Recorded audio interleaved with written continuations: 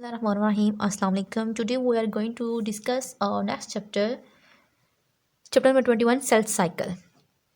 तो cell cycle बहुत ही इम्पोर्टेंट चैप्टर है एग्ज़ाम के पॉइंट ऑफ व्यू से, और ये काफ़ी टफ भी है, काफ़ी कॉन्सेप्शुअल भी है, इसलिए आपने इसको ध्यान से सुनना है और साथ साथ इसको याद भी करना है। तो सेल साइकिल को हम सेल साइकिल क्यों कहते हैं? सेल साइकिल क्योंकि जितनी भी चेंजेस आएंगी, जितना भी काम होगा, वो सारा सेल के अंदर होगा और वो सारा साइक्लिक मैनर में होगा, इसलिए हम इसे क्या कहते हैं? सेल साइकिल कहते हैं।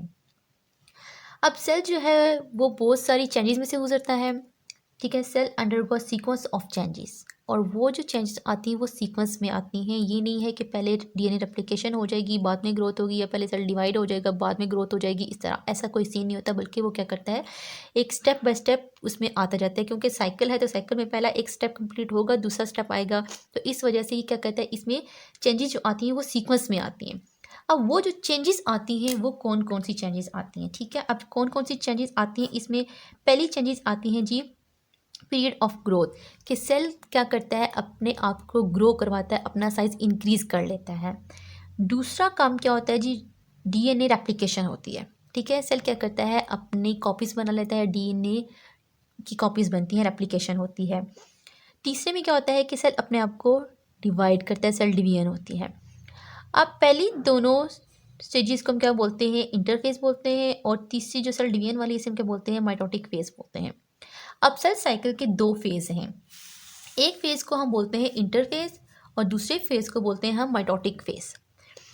अब जो टोटल सेल साइकिल जो कंप्लीट होने में, एक सेल साइकिल को कंप्लीट होने में जितना टाइम लगता है वो कितना लगता है, वो 24 आवर्स लगते हैं, ठीक है, 24 घंटे लगते हैं। उन 24 घंटों में से 23.5 घंटे इंटरफेज लेता है और 30 मिनट माइटोटिक फेज लेता है, ठीक है। तो इसलिए हम कहते हैं इंटरफेज को कितना टाइम रिक्वायर्ड होगा, वो 23.5 आवर्स रिक्वायर्ड होंगे, और माइटोटिक फेज को ओनली 30 मिनट्स रिक्वायर्ड होंगे, ठीक है। ये ह्यूमंस की बात करें। इसी तरह अगर हम यीस्ट की बात करेंगे तो यीस्ट को सेल साइकिल कंप्लीट करने के लिए टोटल 90 मिनट्स चाहिए होते हैं, ठीक है। अब इंटरफेस को हम रेस्टिंग फेज भी कहते हैं। रेस्टिंग फेज इसलिए कहते हैं क्योंकि हालांकि इसमें कोई रेस्टिंग फेज में होता है कि सेल बिल्कुल रेस्ट पे, कोई काम नहीं कर रहा, ठीक है, कुछ भी नहीं कर रहा, तो रेस्टिंग फेज इसे कहते हैं। लेकिन ये असल में रेस्टिंग फेज नहीं होता। असल में इसमें क्या होती है, बहुत सारी बायोकेमिकल एक्टिविटीज़ हो रही होती है, आप ये कह सकते हैं कि बहुत सारी मेटाबॉलिक एक्टिविटीज़ हो रही होती हैं, इसलिए हम इसको रेस्टिंग फेज इसलिए कहते हैं क्योंकि यहाँ पे सेल डिवाइड नहीं हो रहा था, बल्कि यहाँ पे आप ही कह सकते हैं यहाँ पे क्या करता है, प्रिपरेशन हो रही होती है सेल को सेल डिवीजन के लिए। तो माइटोटिक फेज को हम क्या कहते हैं, इसको 30 मिनट्स रिक्वायर्ड होते हैं, और इसमें क्या होती है, सेल डिवीजन होती है, मीन के सेल डिवाइड होगा। तो इस वजह से हम कहते हैं कि इंटरफेज क्या होगा, इसमें सारी प्रिपरेशन हो रही है सेल डिवीजन के लिए। अब इंटरफेज के आगे कितने फेजेस हैं या कितनी स्टेजेस हैं, वो आपके पास आ जाती हैं G1 phase, S phase and G2 phase and G0 phase, ठीक है, 4 फेजेस आ गए। तो सबसे पहले हम बात करते हैं G1 फेज की। तो G1 फेज में टाइम कितना रिक्वायर्ड होगा, 9 आवर्स, ठीक है, क्योंकि इंटरफेज को टोटल टाइम कितना रिक्वायर्ड था, 23.5 आवर्स। अब इसमें से 9 आवर्स G1 फेज को चाहिए। अब G1 फेज में क्या होता है, G1 फेज में सबसे पहले मेटाबॉलिक एक्टिविटीज़ इंक्रीज होती हैं, ठीक है, मेटाबॉलिक एक्टिविटीज़ इंक्रीज होंगी और सेल साइज इंक्रीज करेगा। मीन के अगर पहले सेल इतना था और उसका अब सेल क्या हो गया, डबल हो गया। मीन के जितना ओरिजिनल सेल का साइज था उससे क्या हो गया, डबल हो गया। डबल क्यों हुआ, क्यों, यहाँ पे अब क्या हो रही है, बहुत सारी मेटाबॉलिक एक्टिविटीज़ हो रही हैं, और यहाँ पे क्या होगा, कुछ इंजाइम्स बनेंगे फॉर द रेप्लिकेशन। क्योंकि हमने कहा था कि अगला स्टेप कौन सा है, डीएनए रेप्लिकेशन का है, तो रेप्लिकेशन के लिए जो है लाइगेज है, जाइरेज है, डीएनए पॉलीमरेज 1 2 3 एक्सेट्रा, इन एंजाइम की सिंथेसिस होगी, ये एंजाइम बनेंगे। और फिर चौथा काम क्या होगा G1 फेज में, वो ये होगा कि यहाँ पे बेस यूनिट्स इकट्ठे होंगे। क्यों, क्योंकि हमने क्या करना है, डीएनए को बनाना था, उसकी रेप्लिकेशन करनी थी। तो यहाँ पे क्या हो गया, बेस यूनिट हैं वो एक्यूमुलेट होंगे for the DNA synthesis. Hope so आपको G1 फेज क्लियर हो गया होगा। नेक्स्ट क्या होता है, G1 फेज के बाद सेल जो है वो इंटर हो जाता है किस फेज में, एस फेज में। एस फेज को हम सेंसिस फेज कहते हैं, और इसको कितना टाइम रिक्वायर्ड होता है, इसको 10 आवर्स रिक्वायर्ड होते हैं। अब यहाँ पे क्या होती है, डीएनए डुप्लीकेशन होती है, क्योंकि इसमें डीएनए रेप्लिकेशन करेगा, मीन कि डीएनए अपनी कॉपीज बनाएगा, डबल होगा। तो यहाँ पे क्या करेगा, डीएनए डुप्लीकेशन होगी, मीन के वो अपनी कॉपीज बनाएगा, और क्रोमोसोम का जो नंबर है वो भी डबल हो जाएगा, ठीक है। नेक्स्ट फेज आ जाता है आपके पास G2 फेज। G2 फेज को जो टाइम रिक्वायर्ड है वो 4.30 मीन के 4.5 घंटे रिक्वायर्ड होते हैं। G2 फेज को हम प्री माइटोटिक फेज भी कहते हैं, क्योंकि G2 फेज के बाद सेल जो है वो माइटोटिक फेज के अंदर चला जाएगा, मीन के अब सेल डिवीजन स्टार्ट हो जाएगी। तो पहले क्या हो रही थी, सारी प्रिपरेशन हो रही होती। तो इसमें क्या होता है जी, कुछ माइटोसिस स्पेसिफिक प्रोटीन्स बनती हैं, मीन के RNA माइक्रोट्यूब्यूल्स बनेंगे, क्योंकि आगे हमने क्या बनाना है, स्पिंडल फाइबर्स वगैरह बनेंगे, एस्टर फाइबर्स बनेंगे, कैनेटोकोर फाइबर्स वगैरह बनेंगे। तो इसलिए यहाँ पे क्या होती हैं, स्पेसिफिक प्रोटीन्स बनती हैं, ठीक है, जो कि माइटोसिस में आगे सेल डिवीजन में काम आएंगी। इसके बाद एनर्जी स्टोर करता है। एनर्जी स्टोर क्यों करता है, क्योंकि जब सेल डिवाइड होगा, ठीक है, तब क्रोमोसोम मूवमेंट होगी। अब सेल क्रोमोसोम, एक मिनट, सेल के अंदर क्रोमोसोम्स रेंडमली पड़े हुए हैं, ठीक है। अब उन्होंने सेल के अंदर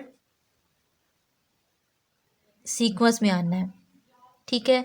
फिर क्रोमोसोम ने सेपरेट भी होना है, तो क्रोमोसोम की मूवमेंट हो रही है, तो मूवमेंट के लिए क्या होगी, एनर्जी रिक्वायर्ड होगी। तो इसलिए G1 फेज में क्या होता है, एनर्जी स्टोर हो जाती है और कुछ RNA और माइक्रोट्यूब्यूल्स भी बनते हैं। इसके बाद अगर हम बात करें, कुछ चेक पॉइंट्स आते हैं। जब G1 फेज हो रहा होता है, उसके बाद अगला जो आता है पॉइंट, वो आता है चेक पॉइंट आता है। चेक पॉइंट में क्या होता है कि कुछ ऐसे सेल्स होते हैं जो G0 फेज के अंदर चले जाते हैं, ठीक है। कहाँ चले जाते हैं, वो G0 फेज के अंदर चले जाते हैं। जब वो G0 फेज के अंदर जाते हैं तो वहाँ पे उनको कुछ ऐसे सेल्स होते हैं जो कुछ दिनों के लिए वहाँ पे लॉक हो जाते हैं, अरेस्ट हो जाते हैं।